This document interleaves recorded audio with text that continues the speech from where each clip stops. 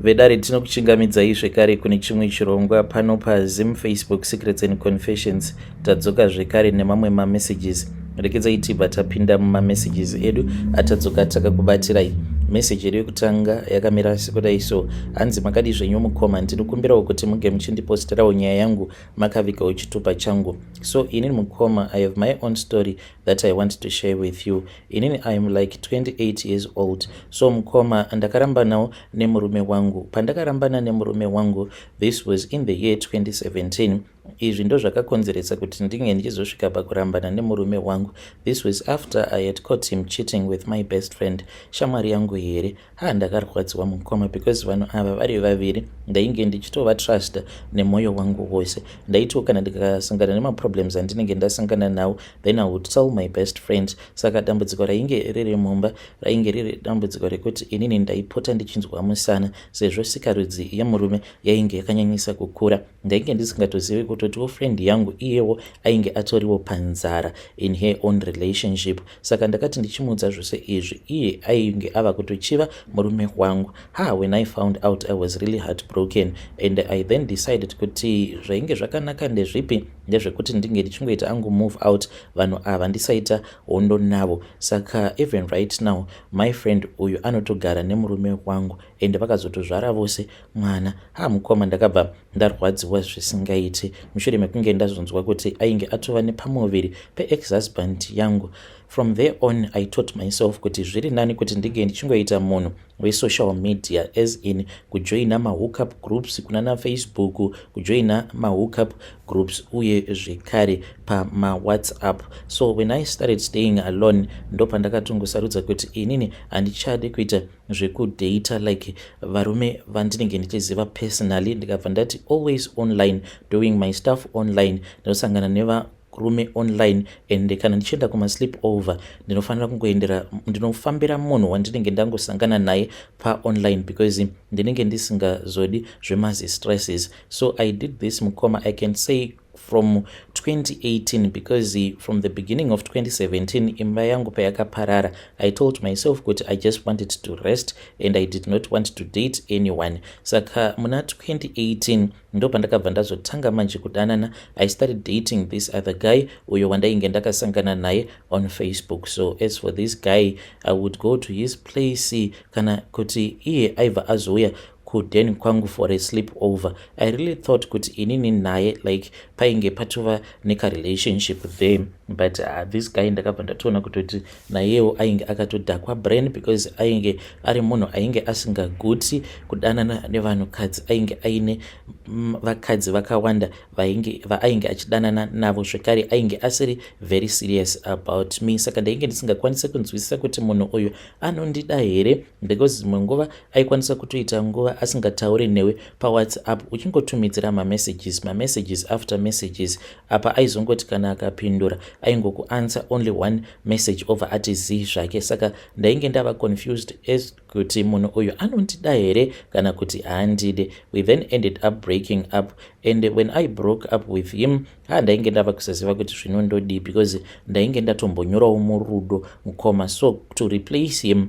that was when I told myself kuti apa I have to date as many guys as I can because izvi zvekuti unongodependa on one person musi munhu iye paanoti haachakudi unorwadziwa. Saka ndainge ndava kutanga kufunga futi heartbreak iyo yandainge ndakambopiwa kumashure uko. Ndikabva ndati zviri nani kuti ndinge ndichidata varume vakawanda at the same time, and ndainge ndoti paya kana ndoposta mapicture ndaitoposta mapicture ndichitoitira kuti varume vange vachitoya vachitokomenta pamapictures angu, and vazhinji ndaibva ndatovapindura zvekuti munhu aibva atomhanya kuinbox kwangu.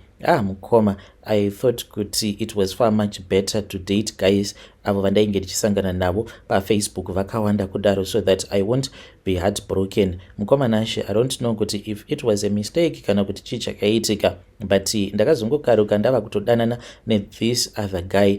Mukoma nashe, murume iyeye ainge achindipa mari, then ndikabva ndadanana neumwe until ndava kudata varume 5 at the same time. Ndainge ndava munhu aigara ari busy like each and every weekend I will be busy, and ndainge ndisingatobatiki padeni each and every weekend because I was always at another guy's place. Mukomanashi munhu aiti kana akandifonera like iri Friday paya pandinenge ndava kunochaisa over anditi baby ka uya kusleep over, ndaibva ndati iri bo, ndobva ndaenda kumba kwake. Ndaiti ndikaenda kumba kwake like musi weFriday ndobva ndarara ndiri kumba kwake. Apa already ndinenge nditorikana neappointment for the next Saturday, so ndaibva ndazoti mangwana acho makuseni ndobva ndatopa excuse yekuti ndafonerwa nemurungu wangu iye ari kutoti ndikufanira kuti ndinge ndichitouya kubasa. Saka ndaitomuka paya Saturday makuseni ndobva ndatogeza apa umwe munhu wangu ndiye ndatomuudza kutoti nditumidzire car location ndinge ndichiuya kudeni kwako. So for me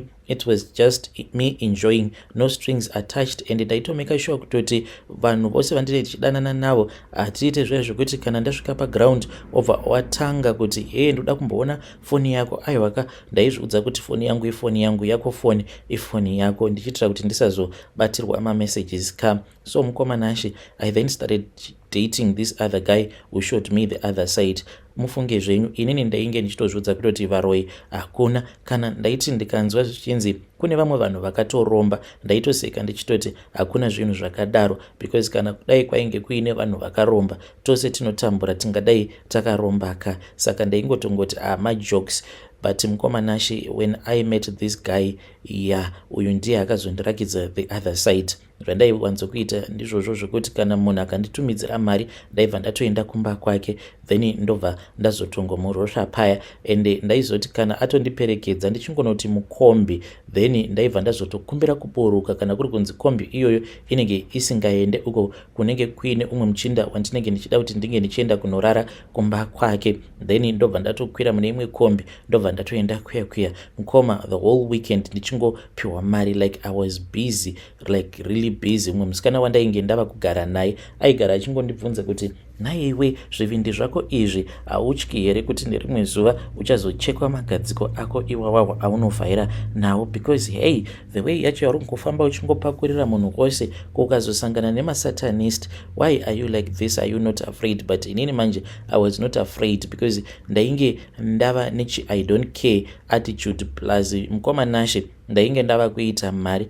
Like I don't want to lie to you, because every weekend I knew kuti kana ndikaenda kumba kwemufesi, obviously mufesi ndaigara ndatotaurirana naye kuti kumba kwangu handina uchakati, ndokumbirawo kuti unge uchizondipawo something. Saka ndainge ndisingambokumbiri mari yakawanda, because ndaiziva kuti handisi kuenda kunorara nemunhu one. Ndaiti kana ndikanorara neuyu, umwewo aikwanisa kuzokupawo kana ka5 waya, umwewo kana akuvhunduka aitokupa kana ka1000. Saka each and every weekend mukoma ndaitobatawo mari inenge ichitosvika kana kuma 1.6 1.5. Saka ndainge ndichitowana mari yakawanda than mari yandainge ndichiwana pandainge ndichienda kubasa. Apa mari idzi dzandaipiwa, mind you kutoti ndaitova nevamwe avo vandainge ndichiti I am in a relationship with them zvepasocial media ka. Murume anenge asingatombozvizivi kutoti munhu uyu wandiri kudanana naye iye anotoita zvechibhishu. So I would date vamwe vanhu vandinenge ndiri muma long distance relationship navo ndichitozviita like munhu atori desperate, ari kudawo kutoroorwa. Uye zvekare varume vazhinji ndainge ndichitongovapinda nekuti kubva zvandakarambana nemurume wangu handichatombozivi kana chinonzi bonde. Saka varume vazhinji vandaitaura navo they would go so crazy kuti kubva muna 2017 kuti akangozvichengetedza asati aita bonde. Saka ndaiti kana ndodanana nemurume ndikamuudza izvozvo, munhu aitotanga kutonditumidzira mari. Mukomanashi ndaingoudza munhu kuti iwewe kana ndava kudanana newe unofanira kuti unge uchindiitirawo zvinhuwo zvekuti handizonzwewo kuda kutsvakawo murume anenge achindichengeta. You have to know kuti we are in a long distance relationship. Until I met this guy. So when I met this guy on Facebook, he was like very different from all the guys that I had met before. Aiwa uyu ainge ari mbenga, he had money. You could see even from the pictures kuti baba ava vane mari dzavo. So when I said kuti he was single, I had like high hopes. Paakandiudza kuti ainge ari single, but hey, ladies beware, if a man has a lot of money, hazvigoneke kuti ange achizova single, because mukadzi wose anenge akatongoseta maziso ake paari. It is impossible for a guy ane mari ange achinzi ari single. So me and this guy, we then started talking, like taitaura on a daily basis, like each and every day. Iyo ainge achida kutoprove a point kwandiri kuti he was not married. So this guy, he kept on telling me kuti he wanted me to come to his place when I'll be ready for him. This guy manje, he finally invited me to his place and ndikabva ndatobvuma mukoma. So iye akabva azoya akabva azonditora kulocation kwadainge ndichigara. Kana friend yangu ndakaita kunzwa achita kutaura kuti iko zvino zvimanje wazobata mhene, because ainge achidriva rimwe zimotikari rainge rakanaka riri reblack, aya mazi G-Wagon, zvokuti ndakati ndichinopinda mumotikari make. So ndikabva ndatoona sekunge ndainge ndatova ndege mukoma, ndege yepasi, ende achidriva mukoma ndaita kuzviona ndatova his wife and I was going to be his future in his future. And naiyewo, he was so convincing to me, achitonditi madam. I was so happy. We finally arrived at his house. Should I say kuti his house kana kutoti zicastle, mukoma zimba iroro rainge rakakura. Like I was so scared. I was totally scared because zimba racho rainge rakakura. Apa ndainge ndangojairauka kungogara mukamukuku kangu. Saka when we arrived at his house, it was too big for me, but akabva anditi very soon you are going to get used to this lifestyle. Ndikati sure here. We then went indoors, and I think kuti it was somewhere kuma past 7, and he said kuti he was going to come back. This was after he had sorted something for me to eat, and akabva azondisiya ndiri mu living room. Akabva ati I will be back sharp. Ndine ka small meeting kangu kandinako, saka I am going upstairs because ndine umwe munhu uyo wandiri kuda kuti ndinge ndichizotaura naye. Ndakabva ndati iri bo apa ndainge ndatova busy ndichitoita mavideo calls nefriend yangu ndichitomurakidza the whole house. Akabva ati iko zvinozvo wazopinda machena. Neniwo ndikuda kuti unge uchizonditsvakirawo mbinga yangu. Ndikabva ndati handiti waindiseka pandainge ndiri busy ndichimhanyisana neFacebook ndichitsvakawo mbinga. Tarirawo kuti ndazopinda machena. Rufanira kuti unge uchizvitsvakirawo paFacebook, umbotanga wamboshandiswana naBhangu Marombe, then wobva wazowanawo mbinga kana Mwari vakunzwira tsitsi. Haiwa, ndainge ndava kunyatsokuona kuti this is life. Kana amai vangu mukoma ndakabva ndaita dzungu, ndikabva ndatanga kutovatorera mapictures. Ndikabva ndati ko ndiri kukumbaka kwemukwasha wenyu. Amai vangu havana kupindura zvavo, but mukoma ndainge ndatovatwimidzira mapictures, even mapictures ake. So iye mukoma, I waited for him. Dzakati 8, dzikati 9, dzakazoti dzava kunoti 10. I was like really scared. Ndikabva ndati naimi munhu uyu aripi, kuti is he still in a meeting, because pose apa ndainge ndichitomunzwa achitotaura until azongoti zii. Ndikabva ndati zvimwe kuda munhu uyu apedza. Ndo pandakabva ndazonzwa manje foni yake ichirira. Ndikabva ndati iPhone yake iyi iri kuramba ichingorira isiri pick up. Let me go upstairs pamwe munhu, maybe he is sick, he is not okay. Ndakabva ndatanga kufamba, and I then walked and I went upstairs. I went straight to his bedroom, and ndikabva ndaona kuti there was no one. Mukoma Nashi, this life regedzai vange vachiti this life, it is no balance at all, because just when I got into the bedroom, that was when pakabva paitika load shedding. Handizivi kuti pane munhu akatodzima magetsi acho here, but the whole house there was no electricity. Koma light rakati radzima, then I felt kuti there was someone who walked into the room, and it was like dark, but ndakatonzwa ma footsteps emunhu uyo akapinda muroom macho imomo. Then all of a sudden mukoma Nashi, ndo pandakabva ndatonzwa kutoti mune munhu akataura neni. Saka munhu uyo akataura neni like language yaakataura handina kana kutombokwanisa kuinzwisisa. Apa ndakabva ndazviudza kuti zviri nani kuti ndinge ndichitsvaka iPhone iya, but mukoma ndakaitsvaka iPhone iyi ndikaishaya. Apa yanguwo phone I had left it downstairs, because ndainge ndava kuti kana ndikakwanisa kuwana iPhone yacho, then I will use that light so that I can return back downstairs, because map yemba yacho ndainge ndisati ndaibata. Ndikabva ndati ndoita sei. At the same time ndo pandakabva ndazonzwa phone yangu downstairs. Phone yangu yainge yava kurira, it kept on ringing. So ndakabva ndati but let me go downstairs. Maybe ndichangoshandisawo light refone. When my phone will be ringing, then maybe I will see the light, then I will walk towards where the light will be coming from. Ndainge ndava kutozviudza kuti at least ndinotaura nefriend yangu ndobva ndaiudza kuti I am in trouble, maybe she will come and assist me. Mukoma, when I tried to walk out of the bedroom, ndobva ndakabva ndazotoona kutoti bedroom door rainge rakatolokwa. I tried to open it up again.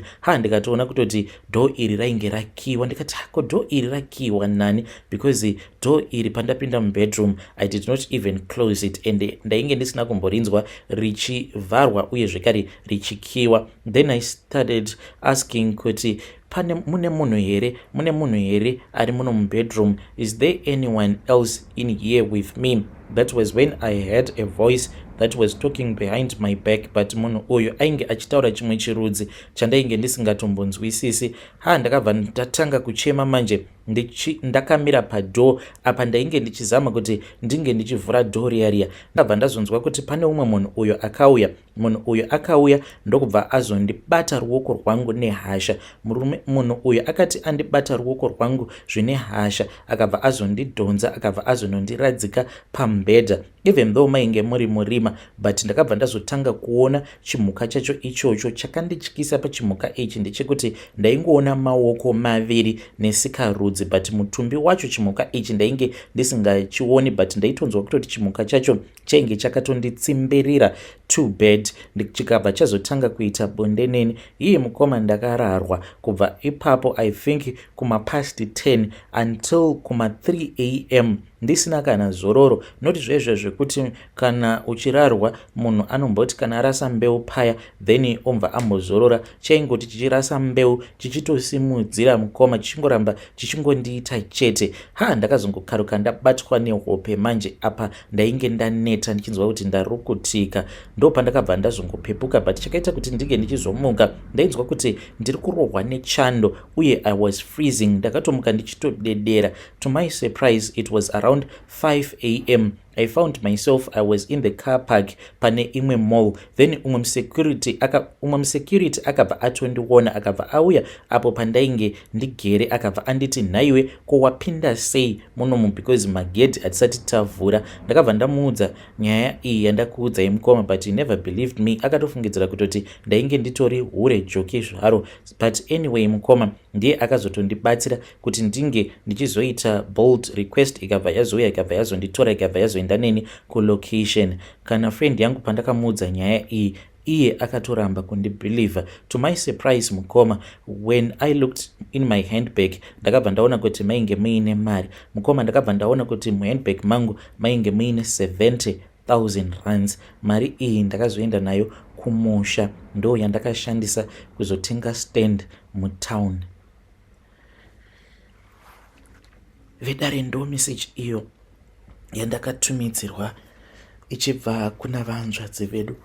Zvakangoma hazvo vedu we, ngatitaurei navo vanzvadzi vedu ava mucomment section. Ndakavabvunza kuti saka makamborwara here, pane zvamunombosangana nazvo here zvamusinganzwisise? Ivo vanoti no, handina kana any side effect, but ndakatoita usiku hwose ndichirara nechikwambo chembinga iyi yandakatanga kudana nayo paFacebook. Zvakangoma hazvo vedu we.